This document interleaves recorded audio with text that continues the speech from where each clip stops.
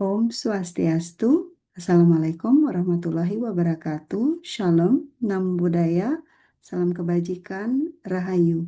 Saya Penny, mahasiswa S3 Ilmu Pendidikan dari Universitas Pendidikan Ganesha. Baik, di kesempatan yang baik ini saya berharap siapapun yang menonton video ini berada dalam keadaan sehat dan bahagia selalu.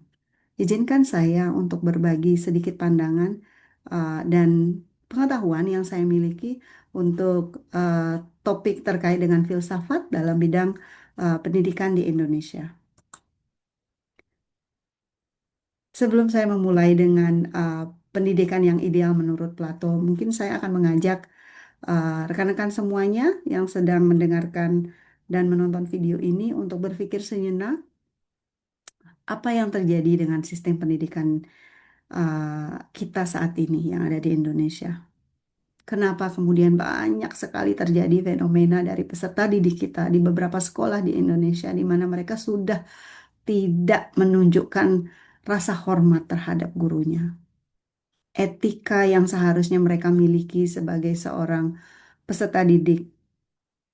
Mungkin dalam hal ini kita tidak bisa menunjuk ke satu orang, dua atau tiga orang atas fenomena yang terjadi. Tapi alangkah bijaknya jika kita mencoba untuk berpikir dan merefleksi sama-sama apa yang seharusnya kita perbuat untuk memperbaiki hal ini. Atau kita hanya membiarkan begitu saja fenomena ini terjadi dan lagi terjadi dan lagi terjadi di beberapa daerah di Indonesia. Tentu kita ingin melakukan sesuatu untuk perbaikan dalam hal ini. Baik, saya akan mencoba mengupas yang pertama, bagaimana seharusnya pendidikan yang ideal menurut Plato. Jadi Plato merupakan seorang filsuf yang sangat terkenal dengan ide-ide briliannya, ide-ide cemerlangnya. Di mana menurut Plato, pendidikan seharusnya bukan sekedar mentransfer ilmu pengetahuan atau hal akademis. Akan tetapi ini merupakan bimbingan jiwa seorang peserta didik menuju ke arah pemahaman yang mendalam dan nilai-nilai universal yang seharusnya juga mereka miliki sebagai bentuk keseimbangan antara akademis dan non-akademis. Jadi apa yang menjadi tujuan pendidikan menurut Plato? Yaitu pembentukan jiwa yang hakiki, yang sebenarnya. Bagaimana pembentukan manusia seutuhnya dari seorang peserta didik itu sendiri. Tentunya ini tidak terlepas dari peran guru sebagai fasilitator di dalam kelas. Bagaimana bisa kita menanamkan nilai-nilai moral, etika adalah salah satunya di sini, dan nilai-nilai sosial yang seharusnya mereka miliki, apa yang menjadi kebenaran, kepatutan, dan kebajikan yang ada yang mereka harus pahami juga. Apa yang menjadi kemudian pengembangan moral dan spiritual mereka dari pendidikan yang mereka dapatkan di sekolah. Lalu dari perspektif dunia pendidikan itu sendiri dan dari guru dalam hal ini, apa strategi pembelajaran yang bisa dilakukan demi pencapaian pendidikan ideal menurut Plato? Yang pertama adalah hubungan antara ilmu akademik dan nilai etika. Jadi nilai etika sebagai non-akademik dan etika harusnya memiliki keseimbangan dan terintegrasi hubungan yang erat di sini. Jadi tidak ada hal yang timpang sehingga ketika seorang peserta didik memiliki nilai akademis yang tinggi harusnya juga memiliki nilai-nilai moral dan etika yang juga tinggi. Jadi pentingnya yang kedua adalah pentingnya integrasi etika dan moral di pelajaran. Jadi di semua pelajaran tidak hanya terkhusus mungkin di satu pelajaran saja, tapi nilai-nilai itu terintegrasi di semua pelajaran. Nilai etika dan moralnya. Yang terakhir adalah bagaimana pengembangan keterampilan peserta didik kita di zaman abad 21 ini terkhusus adalah bagaimana mereka memiliki eh, keterampilan untuk selalu senantiasa berpikir kritis dan kreatif. Kritis untuk melihat fenomena yang terjadi di sekitar mereka, kemudian mereka bisa merefleksi dan menemukan beberapa solusi sebagai ide dari mereka. Bagaimana mereka secara kreatif dapat menemukan inovasi-inovasi yang terbaru terhadap permasalahan yang terjadi di sekitar mereka. Jadi demikian pendidikan ideal menurut Plato. Yang berikutnya adalah teori dari Aristoteles. Dari Aristoteles juga merupakan filsuf yang sangat terkenal pada zamannya. dan Aristoteles menekankan bagaimana pentingnya pendidikan moral dan relevansinya di pendidikan kita saat ini. Mungkin saya akan pertama memulai bahwa pendidikan harus membentuk manusia yang bahagia, yang bermoral, memiliki karakter yang baik. Mungkin etika yang baik adalah bagian dari sini.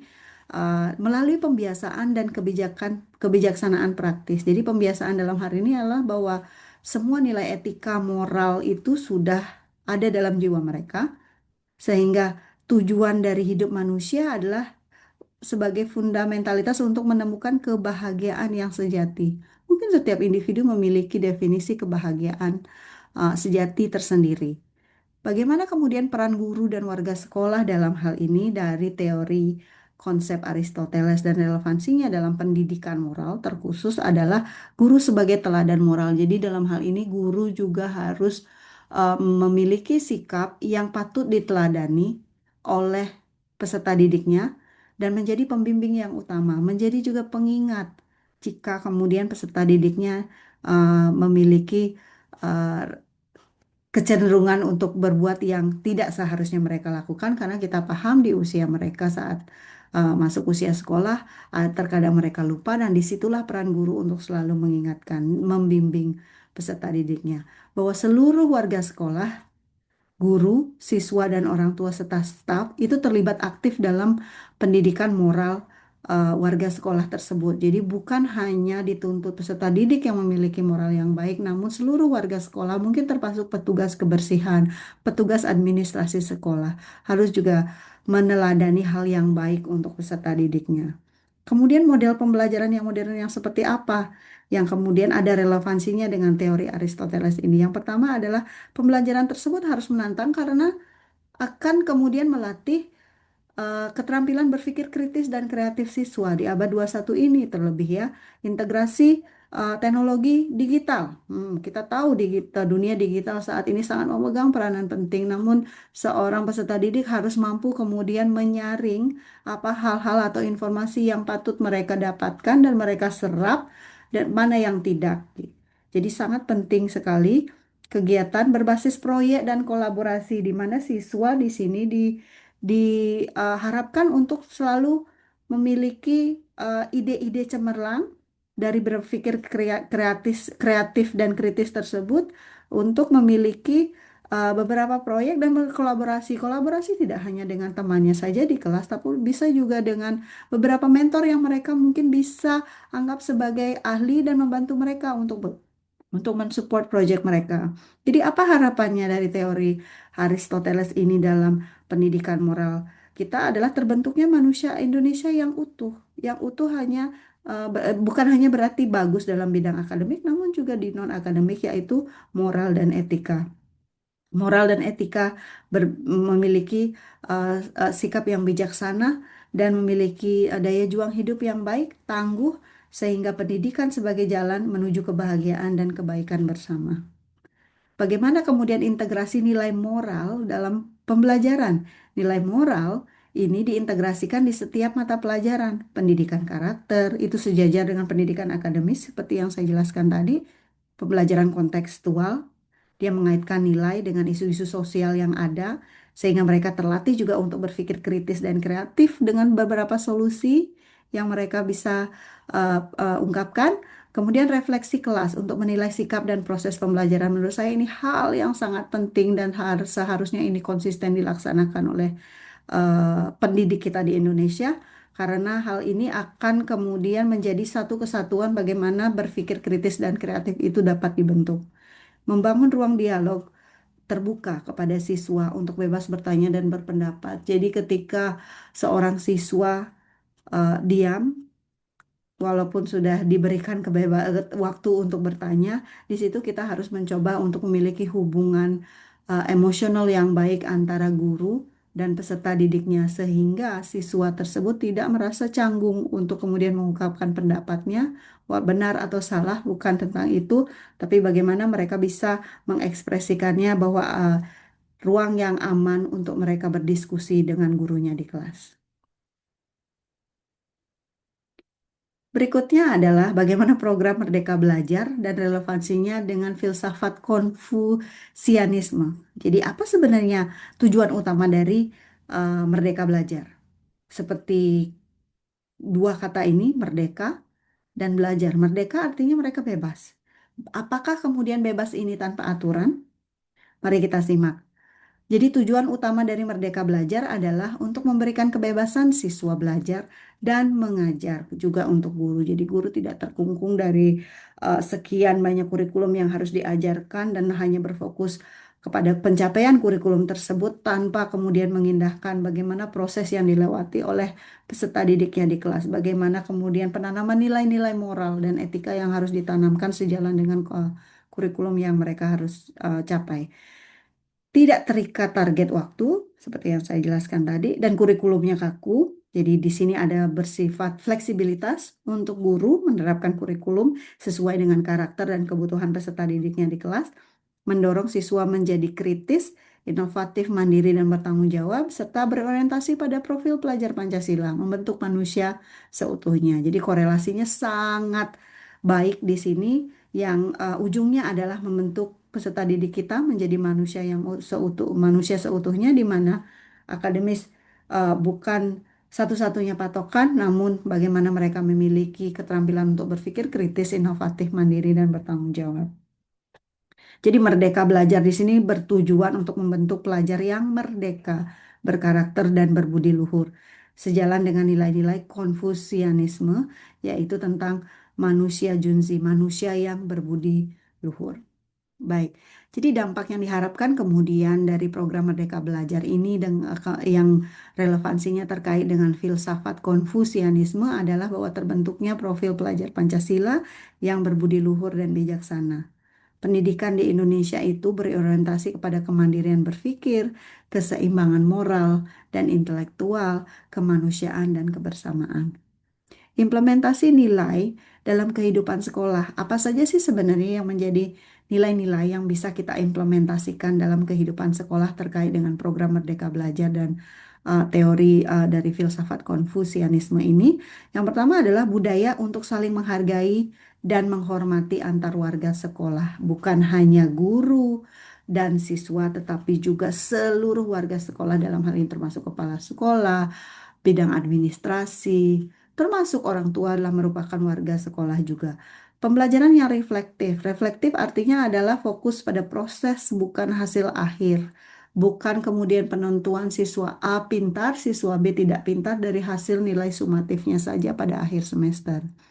Kegiatan sosial. Jadi ada berbagai kegiatan sosial yang mungkin bisa juga pihak sekolah rencanakan, canangkan dengan peserta didiknya, misalnya dengan berkunjung ke pantai asuhan, penggalangan dana jika terjadi korban bencana di daerah lain, untuk juga menggugah empati mereka, peduli terhadap lingkungan sekitar, termasuk bagaimana mereka bisa memilah sampah, lebih memiliki pemahaman bagaimana dampak dari apa yang mereka lakukan terhadap lingkungan jika misalnya contoh kecil membeli makanan dengan pembungkus plastik, apa yang seharusnya mereka lakukan dengan itu.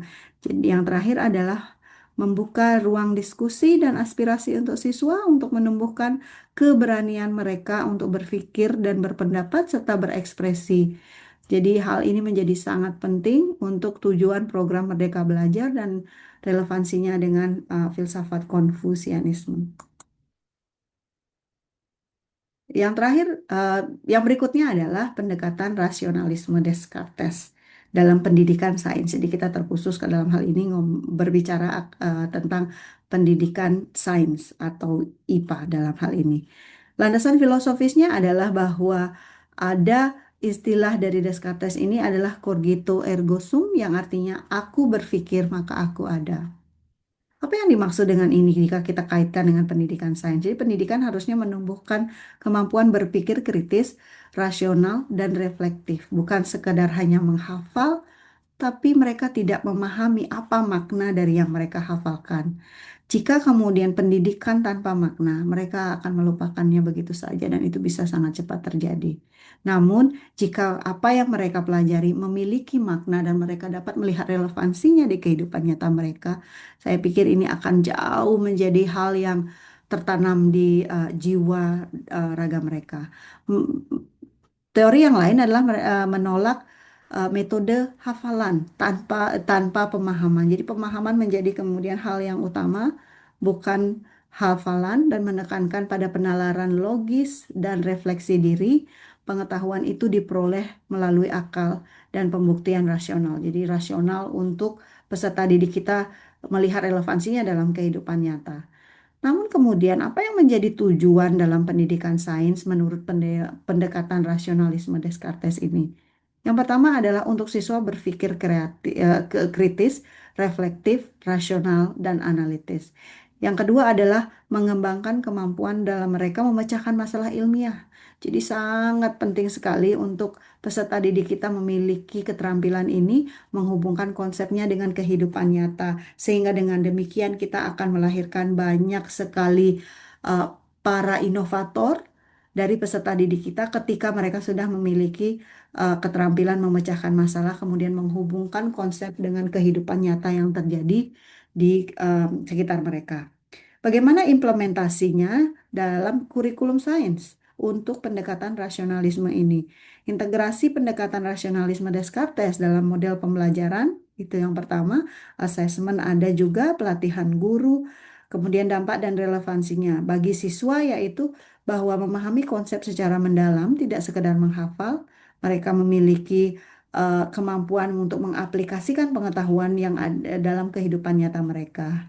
Dari pandangan guru, yaitu sebagai fasilitator untuk berpikir secara rasional. Jadi pendidikan Indonesia pada akhirnya lebih relevan dengan paradigma pembelajaran abad 21. Teori berikutnya adalah teori empirisme dari John Locke dan bagaimana kemudian kita melihat relevansinya dalam dunia pendidikan kita. Manusia lahir sebagai tabula rasa. Tabula rasa artinya kosong, lembaran yang kosong, putih, tanpa cacat. Pengetahuan itu terbentuk dari pengalaman nyata dan lingkungan belajar sekitar mereka. Jadi pengetahuan itu diperoleh melalui pengalaman.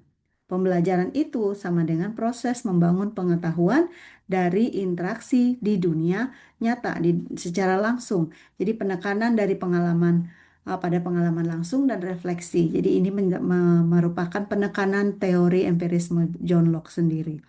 Apa kemudian yang menjadi tujuan pendidikan dari teori empirisme ini? Menjadikan mahasiswa sebagai subjek aktif, bukan pasif, sehingga dalam hal ini ketika saya jabarkan adalah bahwa komunikasi harusnya yang terjadi dalam kelas adalah dua arah. Tidak melulu bahwa siswa harus mendengarkan apa yang dikatakan guru, tapi ada kalanya guru juga mendengarkan apa yang dikatakan oleh siswanya. Jadi interaksi satu sama lain terjadi dengan baik, mengembangkan kemudian kemampuan untuk berpikir kritis dan reflektif, kemudian membangun kesadaran diri dan pengetahuan yang lebih bermakna, dan mendorong pembelajaran berbasis pengalaman nyata atau pengalaman langsung. Nah, prinsip-prinsip pembelajaran empirisme ini adalah dengan praktek langsung, pembelajarannya langsung atau learning by doing. Jadi tindakan nyatanya ada untuk mereka langsung lakukan. Sebagai contoh, bagaimana kemudian seorang guru ketika mengajarkan konsep matematika atau berhitung gitu misalnya dengan mengintegrasikannya ke mata uang. Nah, apa yang mereka lakukan adalah dalam proses misalnya berbelanja langsung. Hal ini kemudian menanamkan konsep mereka dan ini terjadi di kehidupan nyata mereka sehingga mereka memiliki skill bagaimana nilai mata uang, bagaimana mereka dapat menggunakan uang tersebut di kehidupan mereka. Experiential learning bahwa pengetahuan itu dibangun dengan pengalaman langsung.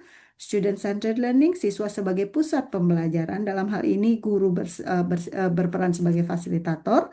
Dan kemudian dilakukan refleksi. Refleksi adalah proses memahami pengalaman dan menarik serta bermakna.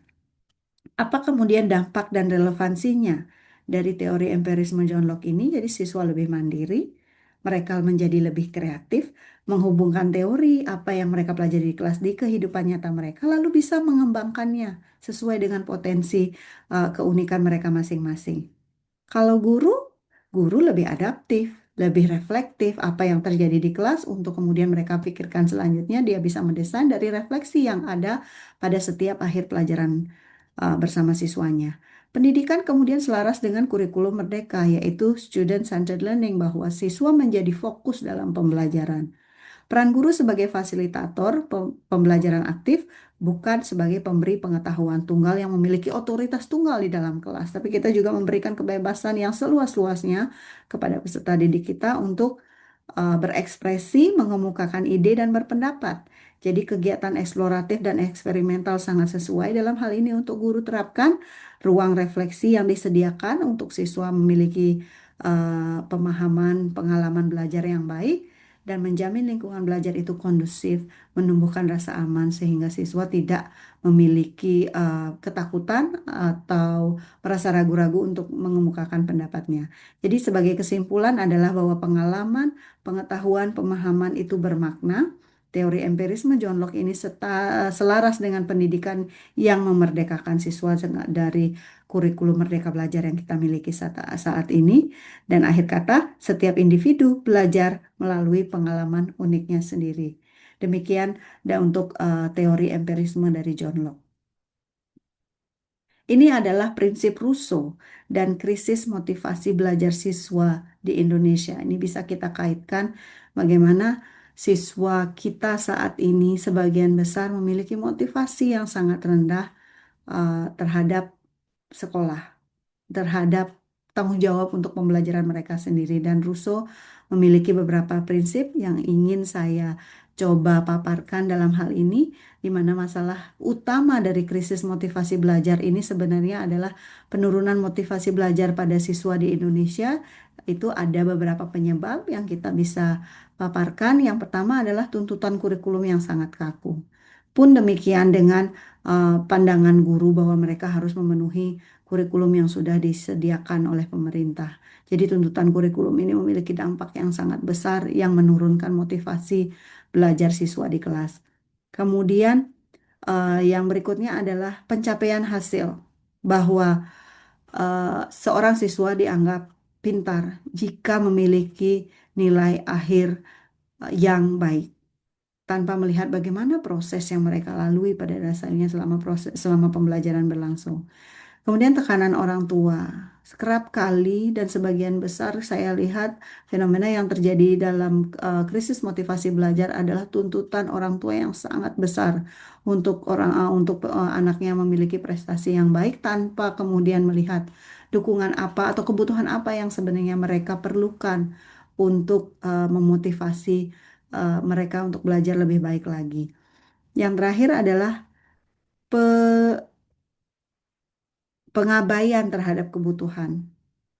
Ini ini menjadi hal yang sangat penting yang saya amati sejauh ini bahwa eh, pihak orang tua, sekolah, pemerintah dalam hal ini abai terhadap kebutuhan dan perkembangan individu anak itu sendiri dan semua diseragamkan seperti seragam yang mereka pakai tanpa kemudian melihat apa keunikan dari setiap individu peserta didik kita.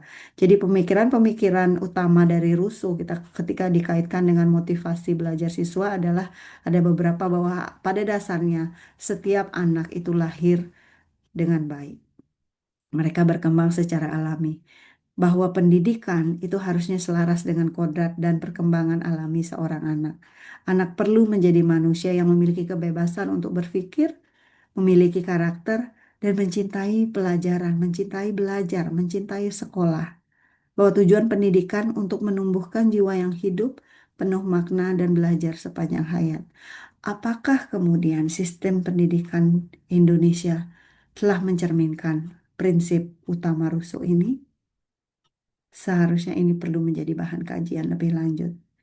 Bagaimana implikasi terhadap pendidikan yang ada di Indonesia dari prinsip Rousseau tadi? Pendidikan harusnya disesuaikan dengan tahap perkembangan anak. Fenomena kemudian bahwa seorang anak yang akan masuk di kelas 1 pendidikan dasar harus memiliki kemampuan membaca tulis yang baik. Kenapa hal ini harus diseragamkan ketika setiap anak memiliki perkembangan yang berbeda? Mungkin hal ini patut juga dikaji kembali oleh pemerintah. Perkembangan pembelajaran juga harus berfokus pada proses, bukan hasil akhir saja. Setiap anak memiliki cara belajarnya sendiri, dan ini tidak bisa diseragamkan. Sangat-sangat baik sekali, dan ini sangat sejalan dengan prinsipnya Rousseau. Apa kemudian yang menjadi dampak positif jika pendidikan di Indonesia mendasari semuanya dari prinsip Rousseau ini? Siswa memiliki motivasi belajar yang lebih baik, tentu saja. Tidak ada yang namanya krisis motivasi belajar jika kemudian prinsip Rousseau ini dapat diterapkan di sistem pendidikan di Indonesia. Meningkatkan kemandirian, empati, dan cinta belajar peserta didik kita yang pada akhirnya mewujudkan pendidikan yang bermakna dan manusiawi untuk semua anak Indonesia. Jadi strategi pembelajaran yang kemudian dapat dilakukan oleh seorang guru untuk meningkatkan motivasi belajar siswa ada beberapa hal, dengan pembelajaran langsung, pengalaman nyata, dengan pembelajaran yang berbasis proyek yang kemudian memberikan ruang yang sangat luas untuk peserta didik kita berpikir kritis dan kreatif. Guru sebagai pembimbing, bukan satu-satunya otoritas tunggal di dalam kelas, berkebebasan dan bertanggung jawab siswa dalam memilih aktivitas belajar. Jadi mereka punya pilihan, tidak hanya satu. Kegiatan eksploratif dan kolaboratif, di mana mereka dapat bertukar pendapat dengan temannya yang lain juga dan menghargai pendapat orang lain. Kemudian refleksi belajar serta pembelajaran yang lebih kontekstual, yang peserta didik kita dapat lihat implementasinya atau manfaatnya di kehidupan nyata mereka. Konsep pendidikan pembebasan menurut Paulo Freire dan kritiknya terhadap sistem bank education. Jadi apa itu sebenarnya yang menjadi konsep dari sistem bank education ini sendiri? Definisinya adalah bahwa sistem pendidikan di mana siswa hanya menjadi penampung seperti bank, penampung uang. Nah, bank education ini yang dimaksud di sini adalah siswa menjadi penampung semua informasi yang diberikan oleh guru. Setujukah Anda dengan konsep ini? Jadi pemikiran utama Paulo Freire dalam hal ini adalah bahwa pendidikan harus membebaskan, tidak menindas peserta didik kita dengan memberikan mereka sebanyak-banyaknya informasi yang ada yang diberikan oleh guru. Harusnya mereka memiliki pilihan kebebasan tersebut. Jadi didasarkan pada prinsip humanisasi, memanusiakan manusia. Mereka juga manusia, mereka bukan benda mati yang harus kita terus isi dengan informasi tanpa kita kemudian peduli apa yang sudah terjadi pada mereka. Mendorong siswa menjadi subjek yang aktif berpikir, berdialog, dan tentunya bertindak kritis. Pendidikan adalah alat untuk menyadarkan realitas sosial dan menciptakan perubahan. Itu terlahir dari peserta didik kita yang memiliki konsep pendidikan seperti Paulo Freire. Bagaimana kemudian peran dialog, dialog diskusi? Indonesia terkenal dengan musyawarah mufakat. Bagaimana peran dialog ini dalam bidang pendidikan? Dialog tentu saja yang dua arah. Kalau satu arah, itu tidak akan menjadi pembelajaran yang bermakna dan tidak memberikan kebebasan kepada peserta didik kita juga untuk berpendapat. Jadi itu kunci pembelajarannya, komunikasi dua arah, dialog dua arah, yang kemudian membangun kesadaran kritis, kemampuan merefleksi, dan memecahkan masalah. Jadi topik-topik diskusi yang bisa kemudian dilakukan dalam dialog ini seperti isu-isu di kehidupan nyata yang relevan dengan peserta didik kita, yang apa yang mereka bisa lihat dan mereka dengar. Mungkin hal ini akan menjadi sangat menarik buat mereka. Kemudian tujuan akhir dari pembebasan yang dimaksud adalah bahwa mewujudkan siswa yang kritis, sadar, reflektif, dan bertanggung jawab sosial. Mereka mampu untuk melihat masalah dan mencari solusi dari apa yang terjadi di sekitar mereka. Bahwa pendidikan menjadi sarana transformasi sosial. Dalam hal ini kemudian diperlukan dukungan dari semua pihak, orang tua, guru, sekolah, mungkin secara luas adalah pemerintah dan masyarakat. Bagaimana penerapannya dalam pembelajaran? Apa yang guru bisa lakukan untuk kemudian konsep pendidikan pembebasan Paulo Freire ini? Jadi guru bisa menggunakan pertanyaan pemantik untuk memulai dialog, untuk memulai keterampilan berpikir kritis siswa.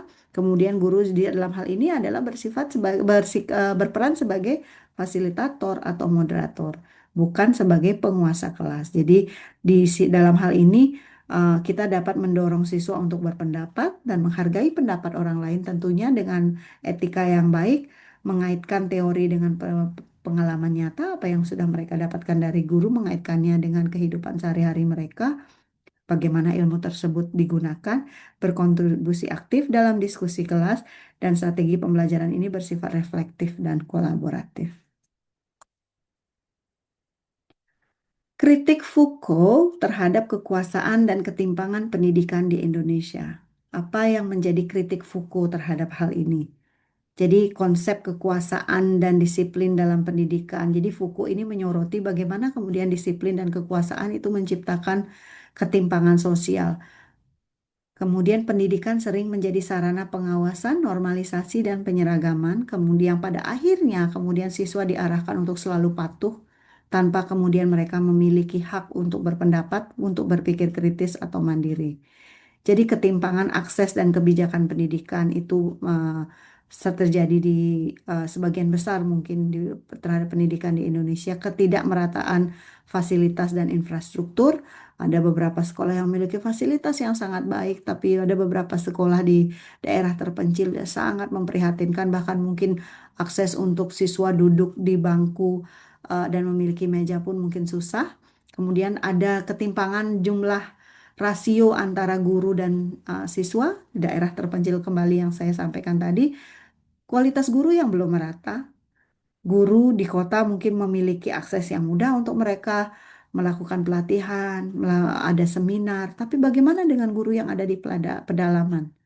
Mereka juga berhak mendapatkan akses yang sama. Akses teknologi dan internet juga sangat terbatas di daerah tertentu. Contohnya kalau ANBK dan TKA di mana ini adalah platform online yang membutuhkan jaringan internet yang sangat kuat. Bagaimana kemudian hal ini bisa dilakukan di daerah pedalaman?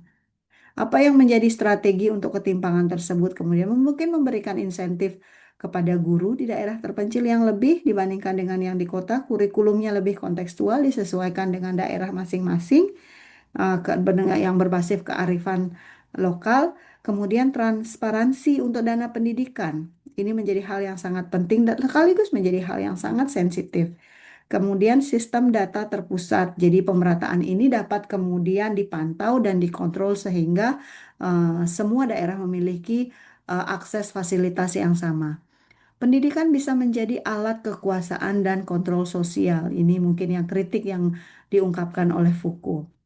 Bagaimana kemudian tujuan akhir dari pendidikan yang diharapkan dari kritiknya Foucault adalah bahwa pendidikan itu adil dan membebaskan. Pendidikan itu harus mendorong kebebasan siswa untuk berpikir kritis dan tidak menjadi alat kekuasaan, mengutamakan keadilan, akses dan relevansi lokal.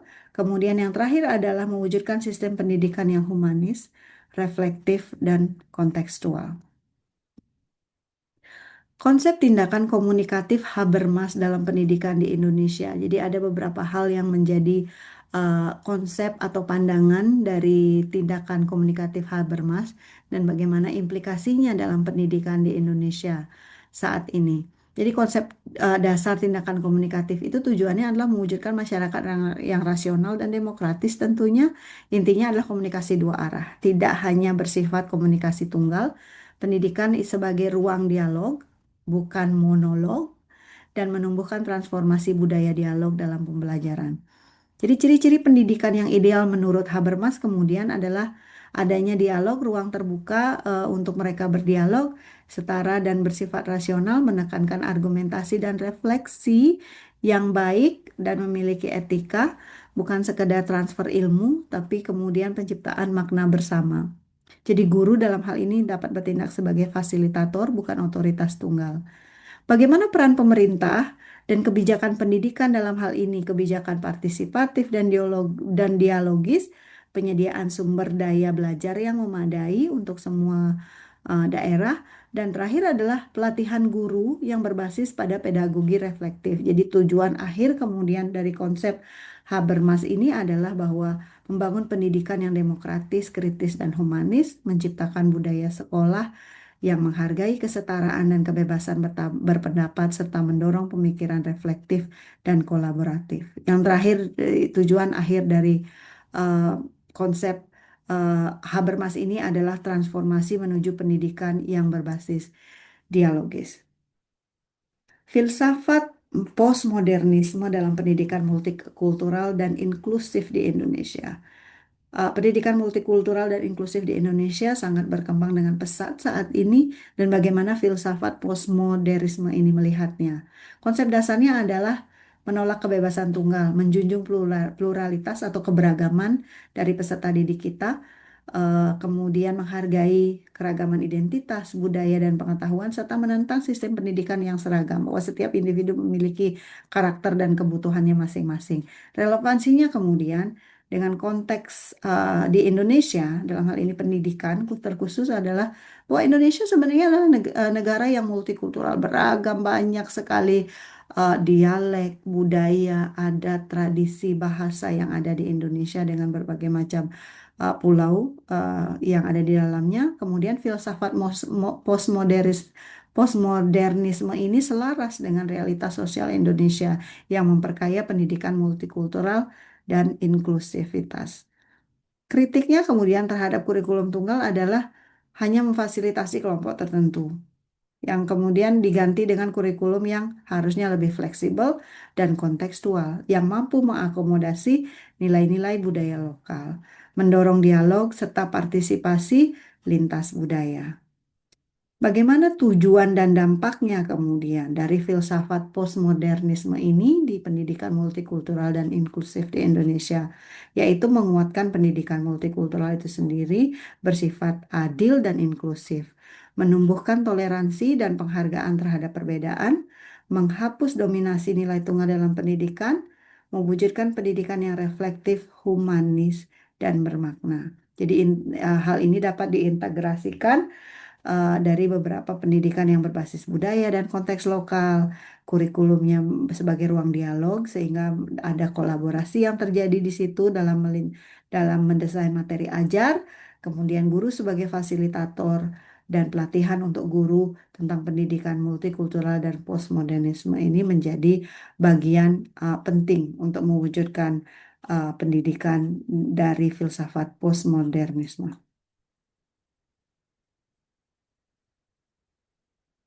Demikian yang bisa saya sampaikan. Semoga apa yang saya paparkan tadi uh, dapat memberikan manfaat untuk kita semua. Akhir kata, saya ucapkan terima kasih banyak dan saya tutup dengan Om Santi Santi Santi.